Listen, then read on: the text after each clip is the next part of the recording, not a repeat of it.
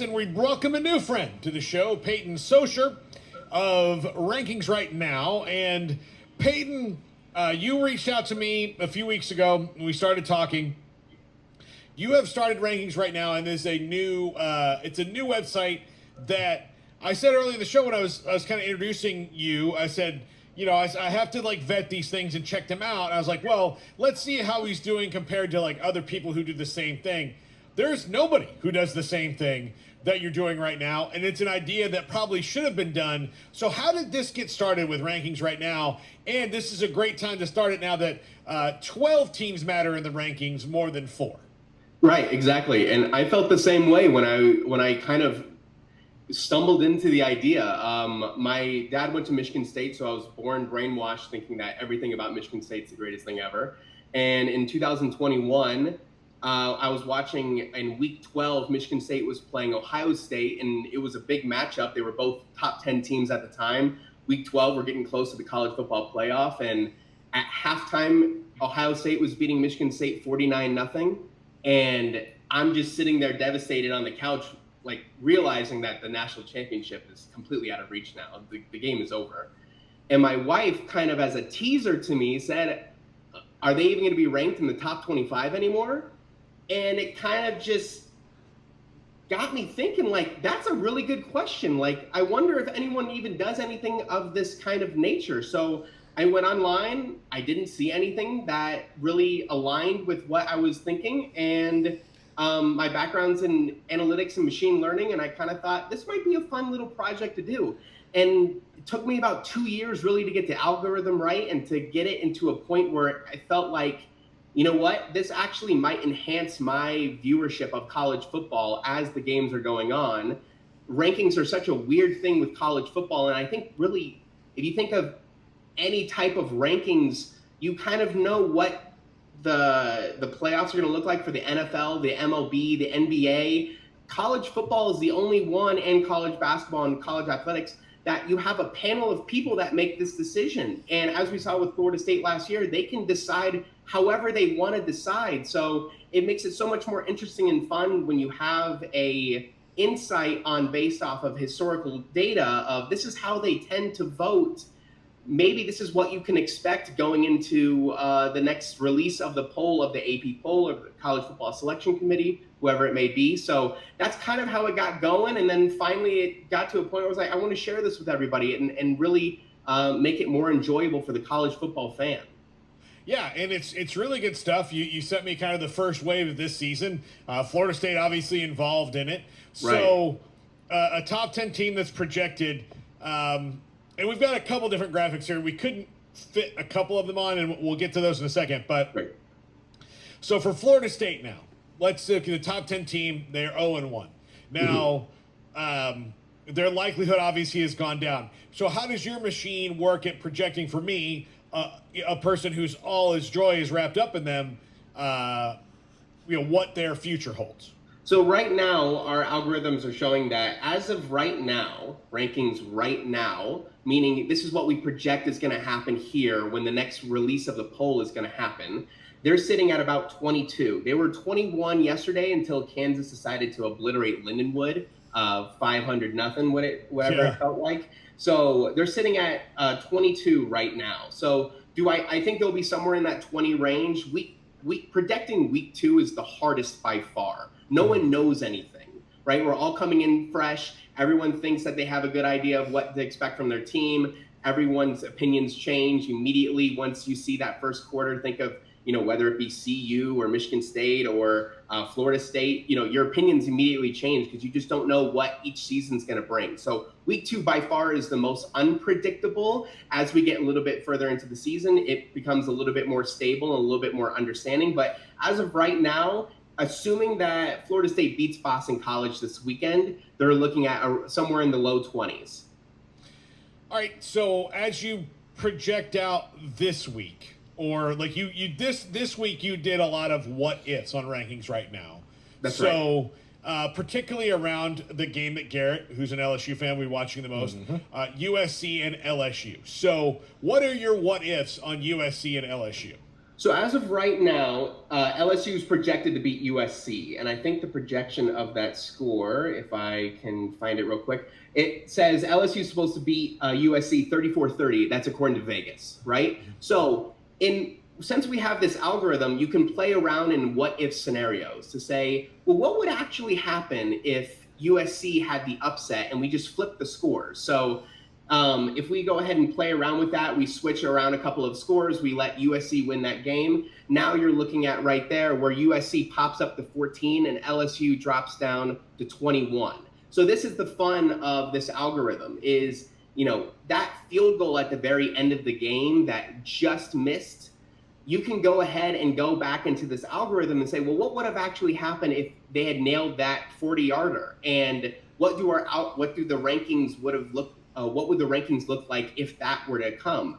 We as fans are only limited to these poll releases after all of the games have happened. So you don't really have a full understanding of, well, if I would have asked that poll in the middle of that game when we were winning, how would they have ranked us? We don't know as fans anymore. And that's what this algorithm is trying to uncover, give you a little bit more entertainment value in that. So that's what, if USC beats LSU, that's what the algorithm is expecting in terms of ranking conditions.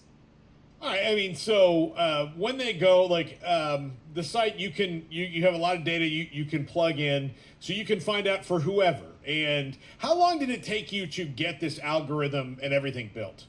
2 years, Oh plus. my gosh. Just playing with it, and with a lot of side projects, whatever you want to call it, you think it's going to be a piece of cake, and how hard could this possibly be? Yeah. Until 5 minutes in, you're like, okay, there's a reason why this might not exist right now, because it's very complicated. So I started with one algorithm, led into another one, and now I have algorithms stacked upon algorithms, and finally about February of this year, I finally was able to show my wife and show the side-by-side comparisons of what really happened next to what we predicted was going to happen. And they were good enough that I felt confident sharing it with other people. So 2.5 years probably to finally get this right to the point where this feels like it's realistic. And I hope I will continue to work on this algorithm and try and find better ways to come up with more accurate solutions. I can't wait. I might make a pick'em and risk that, a week of the 10 games that we pick on pick'em. I'm gonna do, because you also have a cool thing of the projected scores of every week. Yeah. I'd like to run that through the games that we pick. Maybe I'll even just do it next week and you can do that. Yeah. Run it through and see how it goes, and see, maybe do it multiple weeks. But for example, Notre Dame and A&M, you have A&M winning that game 25-22, which if I sent that to College Station right now, they'd be like, oh, please. Yeah. God, don't be Vegas favors them right now. It's crazy right now. Yeah, God, don't be Catholic tomorrow. But they, that would be, Vegas favors them. They're home. There's a lot of unknowns here. For example, you have a very close game with LSU and USC at 34-30. And there was another surprising one. Penn State and West Virginia. You have Penn State not covering at 8.5 right now at 29-21. Mm-hmm. But for that one, for West Virginia, what would happen if West Virginia wins that game? Let's just run it right now. Hold on. Okay. I think I can go ahead. What do you want the score to be?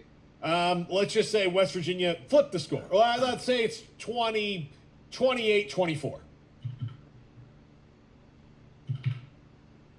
28-24, West Virginia wins. Let's go ahead and run that simulation. If that happens, we have Penn State dropping down to 18. It does not look like West Virginia sneaks into the top 25. Now, that's the most difficult part that I was talking about, especially with week 2. You don't 26 through 130, no idea, right? Yeah. Are they in the 70s? Are they in the 40s? How do they now? If West Virginia really comes out and blows them out of the water, that might make everyone stop and think, these people actually, they've proven something here. Yeah. But for sure, I have more confidence in saying Penn State will drop down to those late teens and around that 18-20 area, which I think everyone can kind of nod and be like, that's realistic. Versus saying West Virginia won't make the top 25. That I'm unsure of, but that's what we're looking at right now with West Virginia with that upset. Well, for example, your projected rankings for next week. Look, Georgia Tech's not in, like, they're 24th right now. But that didn't benefit their win over Florida State. Didn't benefit them as much as it hurt Florida State. So the same thing would happen for West Virginia that it would for Penn State.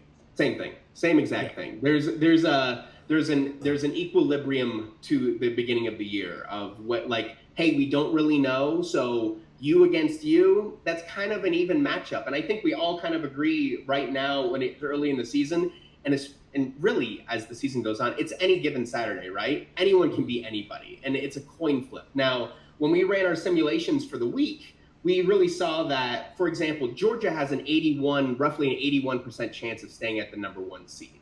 Why is that? Well, Georgia against Clemson, they're giving Clemson a 20% chance of winning. Vegas, according to the Vegas odds, it's about an 80-20 split between Georgia winning and Clemson winning. So there are weird scenarios where Georgia doesn't stay at the number 1 seed because they don't look good or they fall down a little bit. Whatever that case may be. So even on, like, really Ohio State, Oregon, Texas, they're kind of playing cupcakes this week, so they're probably going to stay there. There's nothing that's really going to we can tell that's a true mismatch. But even for something like Penn State and West Virginia, that's kind of a 60-40 split maybe. No one's really leaning heavy on Penn State thinking that that's not going to be a close game. Yeah. This is all just really cool stuff, and let me put up the website in our chat for people, because we have. Look, I'll tell you, we've got some nerds, buddy. We've got some nerds, and I love it. I say that word is never an insult to me. Oh no, you know, no. When you're a kid, that's an insult. As you get later in life, someone calls you a nerd, you kind of take that with a badge of honor. It means you have passion. It means you have probably a better way. It means you have commitment to something. Right. That's what it means. Exactly. So to get all this, and I'm thinking about it just from the input perspective. Like you said, it took 2 years. Going back historically in, trying to put a number on why things, like you said, are human things. Like, here's what happens when these are. That had to, like, maybe even take you. Like, did you have to take walks and stuff to be like, man, this is hard to take from human being emotion to math and correlate it? You try and take as much human out of it. There is human component in it. If anyone were to tell you going into last year, Florida State is going to be undefeated, they're going to win their conference, are they making the playoff? It's a no-brainer, yes. Yeah. Why wouldn't it be? It didn't happen because people have emotions and opinions, and it's not just about where somebody is ranked. Now, this year, it eases the tension a little bit with that 12-game playoff, but there is a human component that you can't take out of it, and I will never be able to take out of it. But a majority of the variance of data, a very nerdy way to say that, is can you grab as much of it as you possibly can to explain why these things are happening? Long walks, yes. And just the fun thing to really do when you're building these algorithms is you don't look at your best picks, you look at your worst ones and say, why would that happen? And then you try and dig and uncover and really figure out this is exactly why that team didn't make it. Well, what's really interesting, going back to that Florida State example, is I played around with that a ton and said, could we have predicted that? And one of the things that I found in the what if simulator is if you have Louisville winning that game against Florida State last year, the rankings look almost identical to what actually happened in reality. So there's the human element right there. The people on the college football selection committee poll viewed that as a loss. It was their opportunity to say, prove it to us that you can beat this team without a real quarterback behind under center. And they didn't do it. And so how my algorithm treated that, if you go in the what if and have them losing that game to Louisville, it's almost identical to what you actually saw in reality. So to me, it helps explain some of the human emotion behind it too, and say we can't put a number on it, but we can maybe go into the minds of what these people are thinking while they're actually creating these polls. And according to the College Football Selection Committee, when they made that poll, they treated it like an FSU loss, not a win, which is kind of crazy.